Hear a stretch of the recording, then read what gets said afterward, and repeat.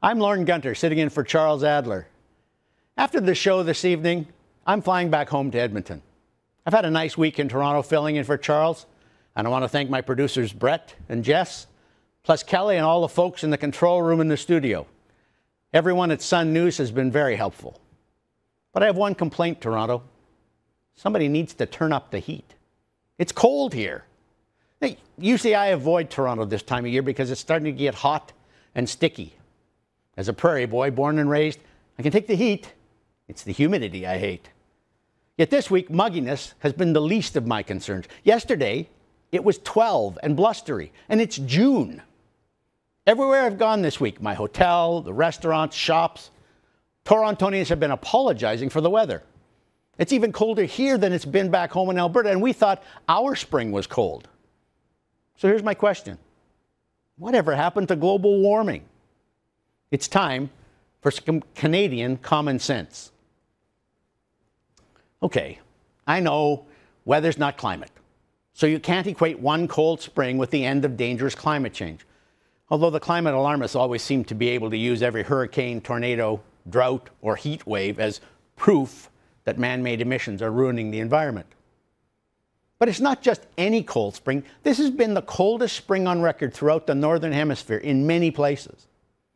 The British Meteorological Office says the UK hasn't been this cold at this time of year since the 1960s. And in much of Europe, it's the coldest in 70 years.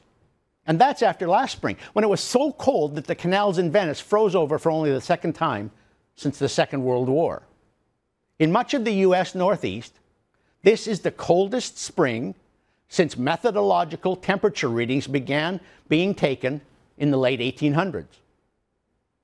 And you already know how cold it's been in Canada. In Edmonton, we had continuous snow cover from mid-October to early May. At one point, as this picture of our sun shows, the snow piles next to our driveway were over 7 feet high. But the climate alarmists' great dismay is that this isn't just one spring. Despite all their hysteria about this or that year being the hottest on record, global average temperature hasn't risen in 17 years. That's right, 17 years. Here's a graph from Britain's Daily Mail that illustrates what I'm talking about. Using data from the UK Met Office, which is one of the UN's 4 temperature archives, the Mail shows that the average world temperature at the end of 2012 was the same as it was at the beginning of 1997. Yeah, there have been some hot years during that period and colder ones. But the point is the trend has been flat. If the alarmists had been right, we should have been seeing an upward trend, especially since during the past 17 years, carbon dioxide concentrations in the atmosphere have continued to rise. And that's their theory. As carbon goes up, so will temperature. The trouble, though, for the alarmists, but not for you or me or the planet, is that this pause in upward temperature is becoming harder and harder for the alarmists to explain away. Their spin at the moment is that they expected periods in which the temperature would flatline for a while. They claim they never said global warming would be a constant upward climb. Hogwash. As I discuss with Sun columnist Laurie Goldstein later in the show, there's never been a time when the high priests of global warming ever predicted anything but hotter and hotter temperatures. The sky would burn unrelentingly, they insisted, if we didn't turn off all our machines and give control of our governments to UN climatocrats. In fact, in one of the most revealing emails uncovered in 2009's ClimateGate scandal, scientist Kevin Trenberth of the U.S. National Center for Atmospheric Research was found complaining that, quote, "The fact is that we can't account for the lack of warming at the moment, and it's a travesty that we can't." That was nearly 5 years ago. If it was a shock to climate alarmists then after just 12 years, imagine how shocked they must be now after 17. But why would Trenberth call it a travesty? Shouldn't it be good news if dangerous warming has stopped? Well, it's a travesty if all your research funding is dependent on the climate going to hell in a handbasket. It's a travesty if you've built your professional credibility and your access to policymakers on the theory that the climate is doomed and only you can lead humanity to safety. In other words, the fact that the planet isn't warming is a travesty only if you've turned environmental alarmism into some kind of secular cult. The alarmists have such faith in their theory that they cling to it in spite of evidence to the contrary. In fact, their belief becomes cult-like because their faith grows stronger the more contrary evidence they're presented with. John Christie, who used to run NASA's 8 weather satellites, never found the kind of significant warming that the alarmists' computer models predicted should be there.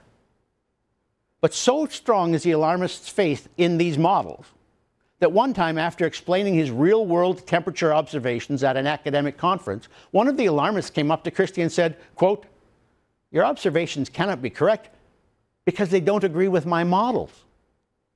That's the equivalent of saying the hockey scores reported on SportsCenter can't be right because they disagree with the bets that you made before the games began. There are plenty of other examples where the supposedly brilliant climate scientists, the ones we're told all agree, that the climate is changing for the worst. They seem to be committed more to their theories and models than to the pursuit of facts. Take the recent claim, following tragic tornadoes in the American Midwest, that global warming is making extreme weather events more frequent and more deadly. We've heard the same after hurricanes, droughts, and heat waves. In fact, we've even heard it after earthquakes and tsunamis, but those, of course, have nothing to do with climate. They're seismic and geological events. But take a look at this graph supplied by the International Climate Science Coalition. Sure, it shows 2011 was a bad year for killer twisters, but it was nowhere near as bad as 1974, which is the worst year in the last 60. And 2011 was only the 4th worst year since the 1950s. You can also see that over the past 6 decades, the incidence of high-powered tornadoes has actually declined, not risen. Snowfall was supposed to become rarer, sea levels were supposed to go drastically higher, and extreme rainfall was supposed to become much more common. Unless, of course, you're more afraid of droughts, in which case dry spells would dominate. Whatever your worst imaginable weather disaster, the climate alarmists have said, whether it's too hot, too cold, too much ice, not enough, too wet or too parched, they've all told us again and again and again that climate change would make those extremes worse. But it hasn't. That's why I say climate alarmism has become more religious cant than scientific fact. If I thought it would go away on its own, I wouldn't be worried. Like other failed scientific theories, it would certainly become a footnote in the history of science. The trouble is, the alarmists have seized the minds of most of the world's policymakers and its journalists. Unfortunately, before this cult dwindles and dies, it'll cost taxpayers and consumers hundreds of billions of dollars. And that's Canadian common sense.